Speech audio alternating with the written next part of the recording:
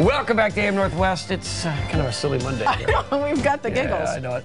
And what you serve your kids in your kids' lunch can really make a big difference in their weight and how they start their day. And here are some easy ways to fix lunch ideas as registered dietitian and the author of Eat Your Way to Happiness, Elizabeth Summer. Nice to have you here. Oh, nice to meet you. It's kind of a silly Monday, and I can't talk. Okay. I think probably one of the biggest fights we have in our home is what kids are going to eat for lunch, because it's so difficult to find the right foods or get them to eat the right foods. Oh, yeah, and you know, if you can steer clear of the hot lunch at school, you're better off, because not all schools, but a lot of schools are serving foods that are just way too high in fat and sugar and salt and everything else. And well, it doesn't and not only that, but the kids won't eat it because the reputation is it's awful.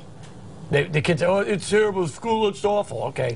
So they won't eat it. Okay, so well, the candy machine is better. Yeah, and everything I'm going to tell you about doesn't take any more than 5 or 10 minutes. You can make it at night, the night before, so that all you have to do is just put it in a bag in the refrigerator and pull it out in the morning. These look delicious. Okay, well, think outside the loaf. You know, I think kids get tired of sandwiches over and over and over again, but you can wrap anything into a tortilla. I like these Mission Life Balance ones because they have the equivalent of a glass of milk's worth of calcium in them. So if you can't get your kids to drink milk, you can get it into a tortilla. I've got one that's little pinwheels of fat-free sour cream, a little bit of chutney, some dried tart cherries, and some orange zest. Oh, that sounds good. Yeah, they're fun and little finger foods. Or you know, a tuna sandwich, put it into a wrap rather than a do you cut them up like this from bite-sized chunks? You can. Okay, or you know, you can do the black beans, the rice, the cheese, and with a little container of salsa, and they can have a burrito at lunch. If you're going to have a sandwich, try mixing a little bit of toasted wheat germ, peanut butter, and honey together into what I used to call a peanut butter candy sandwich, because the wheat germ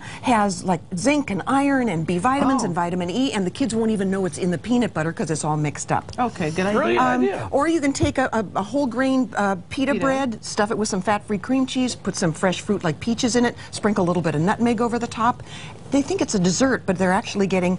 There's 4 things you need to put into a lunch. You need a protein, you need a whole grain, you need a calcium-rich food, and you need some sort of fruit or vegetable. So those are the 4 things you got to build the lunch around. Because you got to set them up for the rest of the day. They got to have some protein to maintain their energy, but they need something to give them a little boost too after the morning. Right, and they need the antioxidants in the fruits and vegetables, and you can sneak them in all over the place. You can even do a little grab-and-go thing. I put some grilled chicken and some honey mustard dip, a raisin bread dunked in some apple cinnamon yogurt, some baby carrots, and all you'd have to do is add a drink to that, and you've got a lunch. You're good to go. And you've really given them nothing to trade.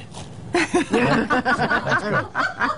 What do we have here? These little side dishes that go in. I thought you said you weren't going to talk. Okay, and then these are all the side dishes. You can put watermelon. I mean, gosh, it doesn't get any better. Chin dribble and watermelon. Put a clamshell of Driscoll berries in there. I mean, so that's a wonderful thing. They can throw them up in the air and catch them in their mouth. Grapes, applesauce, orange juice, milk. Even if it's chocolate, at least it's got the calcium in it. Are you looking for something that, like, you're still looking for the amount of sugar in your chocolate milk, right? You want to make sure you don't overdo it. This could be the sweet. If kids are going to eat sugar, far better that it be something that's got calcium and some protein in it than just junk food, which we'll get to in a minute. And this looks really simple and easy and delicious. It's just nuts, a little bit of chocolate chips, some dried fruit. You can take yogurt and mix a little bit of extra fruit into it.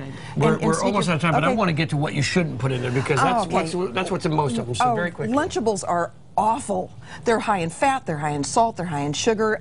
This one's got 9 teaspoons of sugar in it and almost a full day's allotment of salt.